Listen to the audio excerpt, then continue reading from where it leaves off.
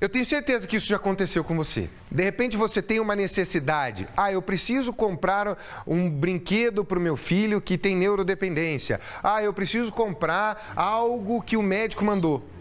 Ou então, preciso de produtos para fazer um tratamento. Só que você não consegue encontrar no mercado. E aí você se obriga a ir para as redes sociais ou então comprar online. Teve uma história que nós vamos te contar agora, uma mulher que passou por um diagnóstico. Ela não encontrava lojas onde ela encontrasse, não conseguia achar lojas para ela encontrar os produtos que ela precisava para o tratamento dela. O que é que ela fez? Ela mesma empreendeu. Esse é o empreendedorismo por necessidade ou por frustração. E ele pode ser o pulo do gato para mudar a tua vida. Põe no ar. Receber o diagnóstico de que se é neurodivergente, de início, pode causar medo, angústia e muitas incertezas. Mas a neurodiversidade é mais comum do que se imagina. Os dados mais recentes sobre a neurodiversidade revelaram que entre 15% a 20% da população mundial é neurodivergente. O autismo, por exemplo, afeta 1 a cada 100 crianças em todo o mundo. Na maior parte dos casos, o diagnóstico ainda é feito de forma tardia. Faz alguns 2 anos surgiu para a gente um cliente falando que queria uma marca e desenvolver alguns jogos para crianças neurodivergentes. Daí eu fui estudar o assunto mais a fundo. Daí eu comecei a olhar, prestar atenção no que era o autismo, o que era o TDAH. E daí eu vi que estava muito parecido com coisas da minha vida. Eu falei, nossa.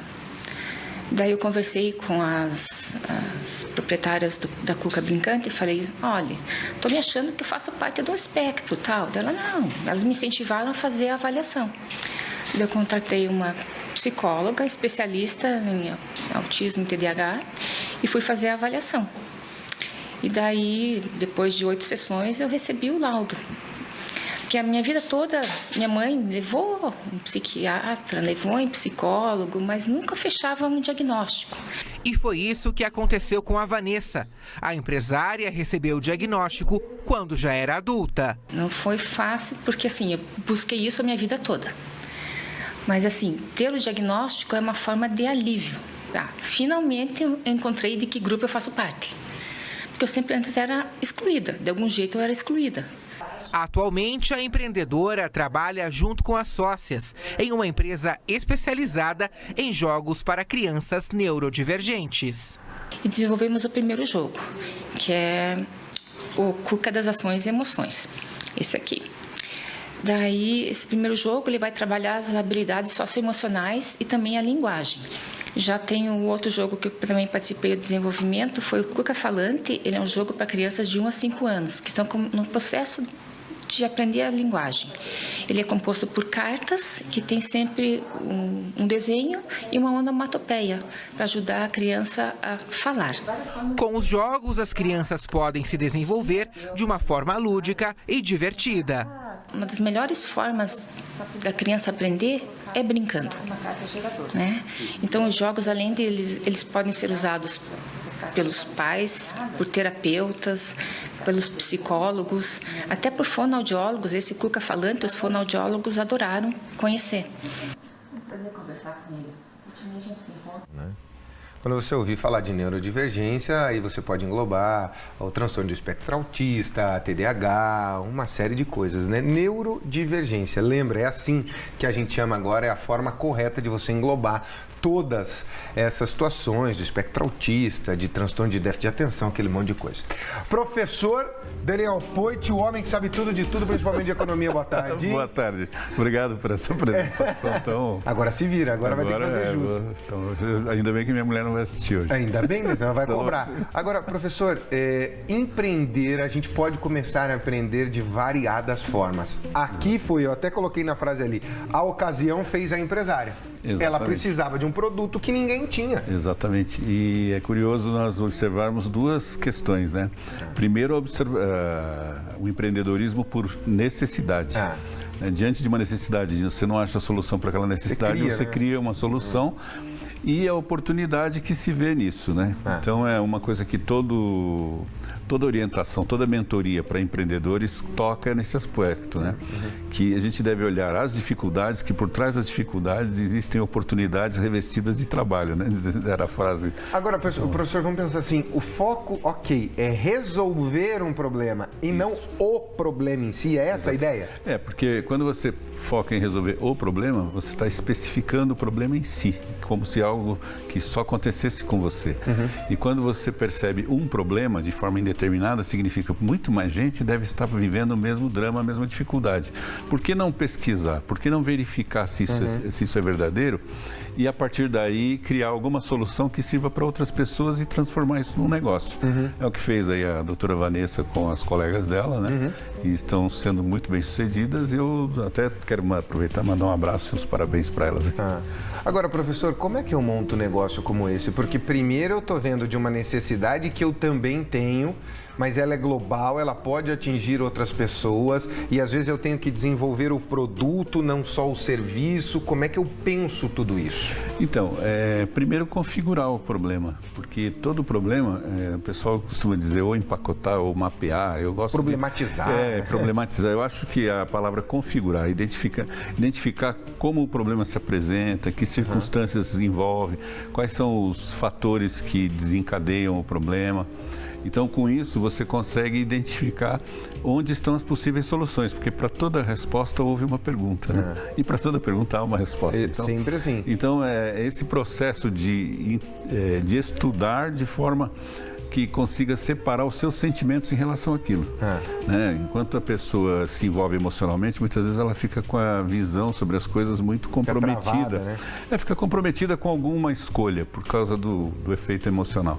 Tem que tentar sair fora, observar aquilo racionalmente, verificando todas essas interações entre a situação que você considera um problema, o que causa, que fatores determinam, se aquilo tem alguma relação com outros fatores, por exemplo, o problema da enchente, a gente sabe que está ligado à chuva, né?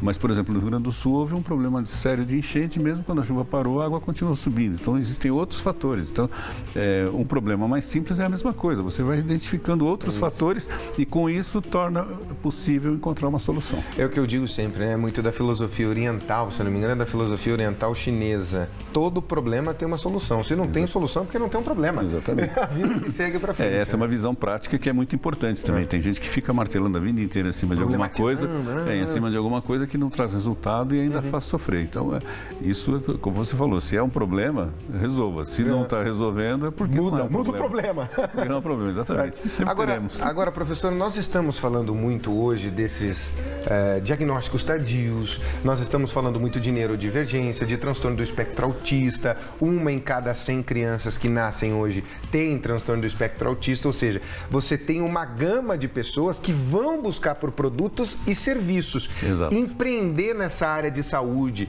de uma maneira mais específica hoje vale a pena, professor? Vale a pena e eu, inclusive, considero que esse exemplo que veio na reportagem é muito positivo, porque ele vai numa busca de uma superação da situação de neurodivergência pelo lado da formação, né? E não da medicação, que infelizmente o mundo está um pouco condicionado a tomar uma pílula para cada coisa. Uma pílula para ser feliz, uma para dormir, outra para acordar, outra para ficar forte, outra para ficar... A alopatia tomou conta. Exatamente. E aí, você tem uma solução que vai para o lado da formação, da reintegração. Desenvolvimento do Desenvolvendo, ser, né? Vai civilizar, inclusive, as pessoas que tenham essas neurodeficiências a participarem mais da sociedade de forma mais ativa e produtiva. Agora, professor, qual a dificuldade da gente desenvolver um produto físico, que nem o delas? É um produto físico que também tem um serviço agregado, mas o princípio ali é o produto. Isso. Qual a dificuldade que o empreendedor brasileiro tem de desenvolver um produto? As etapas são chatas? São chatas. Nós temos, embora haja muitos programas de estímulo ao empreendedorismo, os processos de aprovação desses recursos para quem empreende ainda exigem... São lentos, né? São lentos e exigem um rigor que não é compatível com a cultura empresarial brasileira, né? Os empreendedores brasileiros são muito de pôr a mão na massa. São empíricos, vamos fazendo, São empíricos, exatamente, essa é a palavra, né? São muito de pôr a mão na massa e pouco de teorizar o problema. Então, eu penso que investir mais na mentoria dos empreendedores, em educar os empreendedores ou criar mecanismos para construir projetos mais sustentáveis do ponto de vista do negócio mesmo, né? Planos de negócio mais robustos e, ao mesmo tempo, mais praticidade ao acesso aos recursos para investir em soluções como essa. Vamos pensar assim, o empresário brasileiro ele é extremamente prático. O empirismo é você fazendo e vendo os resultados, né? A prática te mostra isso. Ele precisa ser um pouco mais teórico também, plano de negócio, porque o banco vai exigir essas coisas, exatamente, né? O banco, as agências de fomento, todas elas. E a questão é, como é muito tempo para você criar essa formação, eu acho que podia criar bancas de orientação e mentoria para esse tipo de coisa, né? Então seria uma pré-seleção até por esses critérios, que uma vez você tendo um planejamento, tendo um plano de negócios robustos, bem montado, bem estruturado, a chance de sucesso dos negócios é muito maior. Os juros podem ser menores, porque um negócio bem sucedido vai pagar suas contas em dia, então não tem por que você penalizar com juros tão elevados aqueles que pagarão em dia, em detrimento, né? Aliás, por causa daqueles que não pagam e atrasam e criam situações.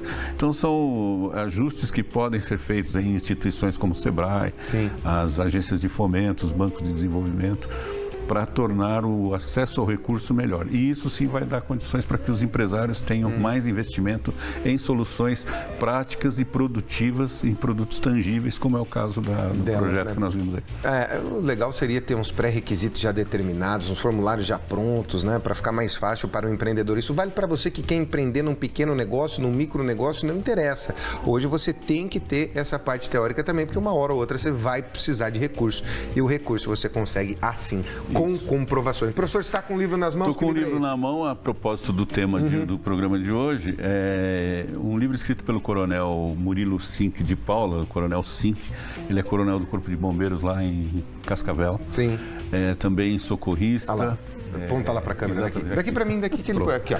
Aponta aqui para mim quando você fala rapidinho. Esse livro é um livro que surgiu também de uma necessidade dele. Ele, como autista, teve diagnóstico de autista já adulto. Que é muito comum hoje, mas isso não impediu que ele fizesse faculdade de Direito, fizesse academia militar, etc, etc. Né? Tem uma formação bastante extensa e diversificada. E com base nas experiências dele como socorrista e como oficial do Corpo de Bombeiro, ele viu a necessidade de criar um manual para atendimento de pessoas com espectro autista, que exigem um atendimento diferenciado. Muitas vezes alguns requisitos especiais aí. Se o agente não está pronto, ele pode interpretar como uma negligência, como um desrespeito, né? A atitude muitas vezes alienada do paciente, né? Ou do cidadão que tenha. Então ele escreveu esse manual visando treinar principalmente essas equipes. E é um dos exemplos em que o investimento permitiu que o produto se materializasse, né? Ele foi recorrer a uma instituição, que é o Grande Oriente do Brasil, que tem um fundo para patrocinar algumas ações sociais e patrocinou a produção do livro. E hoje ele está com o livro já sendo encaminhado, inclusive, para outros países. Muito bem, muito bem. GOB, né, o Grande Oriente Brasil, que está patrocinando junto com a Fraternidade Feminina Cruzeiro do Sul, do GOB do Paraná. Isso, legal. Exatamente. Muito bom, muito bom. São as coisas que a maçonaria faz aí pela sociedade, que acaba tornando mais representativo. É um livro bonito, bastante divertido, bastante ilustrado, inclusive algumas etapas do livro, se você passar as páginas, você vai ver que as letras têm cores diferentes, porque chama atenção para detalhes diferentes. Então é um livro muito bem feito, muito bem elaborado. Muito bem. Uma obra que encheu de orgulho a família, o próprio autor e nós que participamos do processo também. Muito bem. Professor Daniel Poit, muito obrigado, meu jovem. Obrigado a você. Um abraço para você, até a próxima segunda.